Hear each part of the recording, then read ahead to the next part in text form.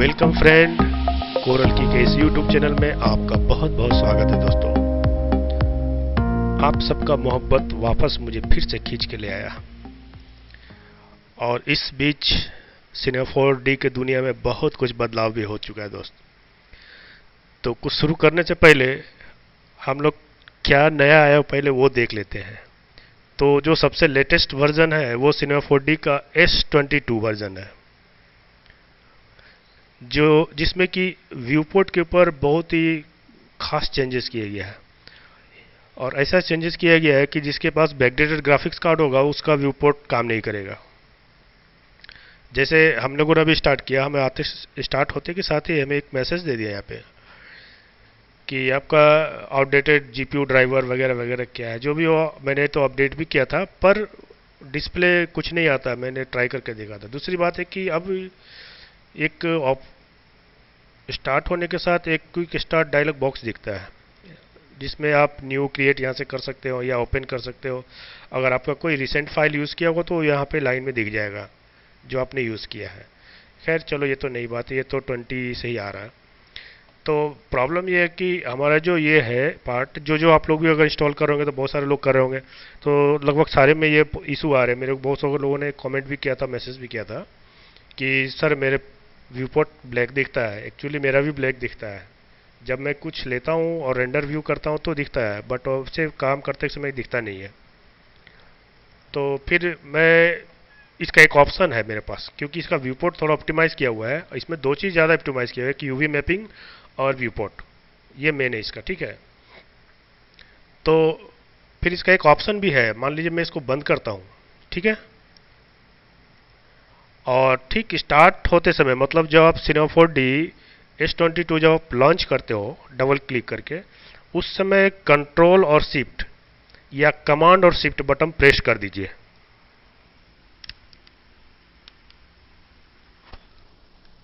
ठीक है, तो यहाँ पे आपको ऑप्शन दिख जाएगा कि shift control using minimal view port setting. तो इसमें क्या होगा कि व्यू पोर्ट का एकदम मिनिमम सेटिंग होगा, जिसमें कि आप देख सकेंगे, बट ये ऑप्टिमल व्यू नहीं होगा। मतलब कि हम लोग का जो पुराने वर्जन में जिस तरह का व्यू दिखता था और शेडिंग वगैरह उस तरह का इसमें दिखेगा नहीं। तो ये एक इशू है इसके साथ, मतलब कि आपका सिस्टम अपडेट होना चाहिए और ग्राफिक्स कार्ड भी अपडेट होना चाहिए और साथ ही साथ उसकी ड्राइवर्स भी अपडेट होने चाहिए। तो इस वर्जन में काम बहुत अच्छा से कर सकेंगे। व्यू पोर्ट में भी आपका व्यू बहुत बढ़िया मिलेगा और यूवी मैपिंग करेंगे तो भी आपको उसमें बहुत अच्छा से व्यू मैपिंग हो जाएगा। तो ये इसका मेन चेंजेस है दोस्तों। तो इसमें तो मैं अभी कर नहीं पा रहा हूँ ड्यू टू कुछ इशू की वजह से, लेकिन मैं 21 में शुरू करूँगा और 21 से मैं आपको जो भी नया है अपडेट आया वो मैं बता दूंगा। उसके बाद अपना पुराना सिस्टम में आ जाएंगे। तो रिलीज 21 पे हम लोग देखते हैं, ठीक है। इसमें भी वही बात है कि ये 21 तक तो रिलीज ही रहा है और 21 के बाद जो वर्जन आया 22, वो रिलीज से मतलब R से चेंज होकर के S हो गया, S फॉर सब्सक्रिप्शन, जैसा मैंने उनके वेबसाइट पे देखा। तो वो अब सब्सक्रिप्शन बेस बन गया। एक्चुअली ये भी सब्सक्रिप्शन बेस ही है कि अब सारे लाइसेंस सब्सक्रिप्शन के ऊपर ही मिलते हैं और ये पहले की अपेक्षा थोड़ा सस्ता भी हो गया है। तो इसमें जो सबसे मेजर चेंजेज हुए थे 21 से, वो ये था कि पहले जो सिनेमा 4D के बहुत सारे वर्जन आते थे, मतलब प्राइम और ब्रॉडकास्ट और स्टूडियो, ये सब अलग अलग आते थे। अभी वो सारे एक ही कर दिए गए हैं, मतलब एक स्टूडियो ही हो गया है और उसी के अंदर सारा प्राइम और ब्रॉडकास्ट सारा उसी में एक साथ इंक्लूड हो गया है। तो ये एक बहुत ही अच्छी बात है कि अब अलग अलग फील्ड के लोगों के लिए अलग अलग लेने की जरूरत नहीं पड़ती, एक ही में सारा फैसिलिटीज़ मिल जाते हैं। तो 21 वर्जन बहुत ही बेहतरीन बनाया गया। एक्चुअली 20 वर्जन से ये बहुत अच्छा बन गया था और 21 में उसको और भी बेहतरीन किया गया। तो अब इसमें काम करने का मज़ा ही कुछ अलग है, लगता है कि एक नई दुनिया में घुस गए हैं दोस्तों। क्योंकि इसमें जो मेजर चेंजेस किए गए हैं वो हम लोग कुछ इस तरह से उसको कवर करेंगे दोस्तों, ठीक है ना। तो 20 और 21 को एक साथ कवर कर लेंगे। 22 को तो अभी उतना चल नहीं रहा है तो उसमें अभी हम नहीं जा रहे हैं और उसमें कोई बहुत ज़्यादा हम लोग को उतना फ़र्क पड़ने वाला नहीं है। तो मेन हम लोग जो कवर करने वाले हैं वो हम लोग इस तरह से कुछ तैयार किए हैं। जैसे एक है वॉल्यूम, तो वर्जन 20 से ही हम लोग का है एक वॉल्यूम, इसको हम लोग करेंगे। एक वॉल्यूम, एक बहुत अच्छा ऑप्शन ऐड किया गया इसमें, मतलब कि अब इसमें ऑब्जेक्ट बेस्ड हम लोग कुछ मॉडलिंग कर सकेंगे कि एक ऑब्जेक्ट को दूसरे ऑब्जेक्ट से जोड़ करके एक कुछ भी क्रिएट कर लिए। तो ये बहुत ही अच्छा ऑप्शन है और ये बहुत ही ईजी है मॉडलिंग के लिए, बहुत ही अच्छा है दोस्तों।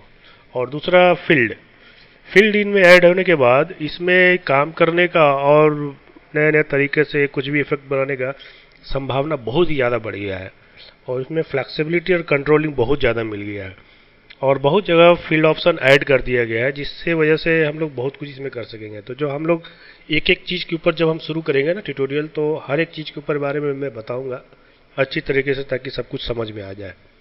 ठीक है दोस्तों, तो ये एक बहुत ही मेजर चेंजेस है फील्ड ऑप्शन। तो इस पे हम लोग बहुत अच्छा से करना है, क्योंकि यही एक बहुत बड़ा मेन सब्जेक्ट है हम लोग के लिए। दूसरा फील्ड फोर्स है। फील्ड फोर्स भी एक बहुत बड़ा चेंजेस है, जो कि हम लोग इमिटर्स के सेक्शन में देखते हैं। मतलब कि जो सिमुलेशन है और फोर्स, मतलब पार्टिकल के लिए जो अप्लाई करते हैं हम लोग फोर्स, इसमें जो एक नया ऑप्शन जुड़ा है ये है फील्ड फोर्स। ये मतलब मल्टी फंक्शनल है, मतलब कि फील्ड फोर्स के मतलब कोई भी फील्ड यूज़ कर ले, और पार्टिकल में जब यूज़ करते हैं पार्टिकल का बहुत ही ब्रॉड यूज़ होता है। तो ये भी एक समझिए कि बहुत ही बड़ा चेंजेस और बहुत ही बड़ा ऐड है इसमें, और इससे इसकी संभावनाएं बहुत ज़्यादा बढ़ जाती है हम लोग करने के लिए। और दूसरा ये कैप्स एंड बेवल, तो ऐसा बहुत सारा चीज़ों में मैं जो देखता हूँ उसमें कुछ सारे चेंजेस हुए हैं।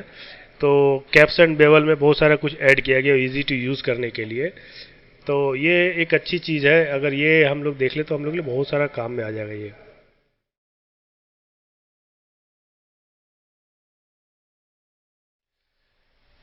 नोड बेस मटेरियल वर्जन 20 से ये ऐड हुआ, ठीक है। नोड के ऊपर मटेरियल के ऊपर काम करना, तो नोड बेस से हम लोग इससे पहले कभी यूज टू नहीं हुए थे, लेकिन ये एक बहुत ही अच्छी चीज़ है। अगर इसको आप समझ जाते हैं नोड बेस मटेरियल एडिटिंग, तो ये बहुत ही अच्छी चीज़ है। बहुत सारा कॉम्प्लेक्स डिज़ाइन बहुत ही ईजी वे में हो जाता है। एक्चुअली बहुत सारा इसमें हमारे प्रीसेट्स दिया हुआ ऑलरेडी, लेकिन अगर इसको समझ लेते हैं ना कि नोड बेस से कैसे काम करते हैं, तो आपको बहुत सारा कॉम्प्लेक्स मटेरियल बहुत ही ईजी वे में बन जाता है। और मैं इसको कोशिश करूँगा कितने अच्छी तरीके से समझा पाऊँ। मैं अपनी तरफ से पूरी कोशिश करूँगा कि ये आपको अच्छी तरीके से समझा पाऊँ, वो भी अपनी देश की भाषा में, हिंदी में। तो मेरी कोशिश रहेगी कि आपको अच्छी से समझाऊँ ये, और ये बहुत अच्छी चीज़ भी है। दूसरा जो ये ऐड हुआ था पीवीआर मटेरियल और पीवीआर लाइट, जो वर्जन 90 से यूज़ था, 19 से यूज़ था, लेकिन वो इतना यूज़ में नहीं चल रहा था। 20 के बाद से ये थोड़ा हाईलाइटेड होने लगा कि ये पीवीआर मटेरियल, पीवीआर लाइट है क्या। तो ये दोनों बहुत ही बेहतरीन चीज़ है दोस्तों। ये दोनों बेसिकली जब से प्रो रेंडर को थोड़ा एक्टिव किया गया, और प्रो रेंडर के साथ इसका बेसिकली ज़्यादातर लिंक है, मतलब ये इसी के लिए यूज़ होता है। ये फिजिकल बेस मटेरियल है, फिजिकल बेस लाइट है, और प्रो रेंडर भी फिजिकल टाइप से रेंडर है। एक्चुअली फिजिकल बेस रेंडर है ये, ठीक है। तो ये तीन चीज़ कवर करूँगा। ये तीनों के साथ बहुत आपस में बहुत अच्छा रिलेशन है, और ये तीनों समझिए कि एक तरह से बहुत ही, मतलब आज के डेट में जो बहुत सारे लोग रेडशिफ्ट है और ऑक्टेन्स है, बहुत सारा जो थर्ड पार्टी रेंडर है ना, लगभग उसके लेवल में इसको लाया गया है। लेकिन उनकी तरह बहुत सारे मटेरियल को अलग से लेना, अलग से लाइट लेना, और बहुत सारा चीज़ उसमें अलग से ऐड होता है, वो इसमें हम लोग को इनबिल्ड मिलेगा, ठीक है। तो जाहिर ही एक बहुत ही बेहतरीन कदम है सिनेमा 4D का टीम की तरफ से, ठीक है। और एक है वर्टेक्स मैप। वर्टेक्स मैप हालांकि पहले भी यूज़ हो रहा था, लेकिन इसको अभी बहुत ज़्यादा इसमें ऐसा पावर डाल दिया गया ना, बहुत सारा जगह इसका काम हो रहा है, और इसमें फील्ड फोर्स भी ऐड कर दिया गया है, जिसकी वजह से ये बहुत ज़्यादा यूज़फुल हो गया। मतलब आज के डेट में लोग बहुत सारे जगह इसको यूज़ देखते हैं, लेकिन बहुत लोगों को समझ में नहीं आता है कि वर्टेक्स मैप के थ्रू हुआ है, ठीक है। और उसके भी मैंने ये जो फील्ड फोर्स बताया था, और ये पार्टिकल के साथ फील्ड फोर्स, इस दोनों के साथ हम लोग क्या कितना डायनामिकली वर्क कर सकते हैं, वो इसके साथ हम लोग ऐड करके देखेंगे इन फ्यूचर, ठीक है दोस्तों। तो स्टे ट्यून्ड दोस्तों, हम लोग तैयार रहते हैं, और आगे आने वाले समय में हम लोग बहुत बहुत बड़ी बेहतरीन चीज़ों को सीखने वाले हैं। तो दोस्तों सब्सक्राइब कीजिए, लाइक कीजिए, शेयर कीजिए, और हमारा साथ देते रहिए। हम लोग रेगुलर बेसिस पे ट्यूटोरियल बनाने वाले हैं हमें। ओके, थैंक यू दोस्तों।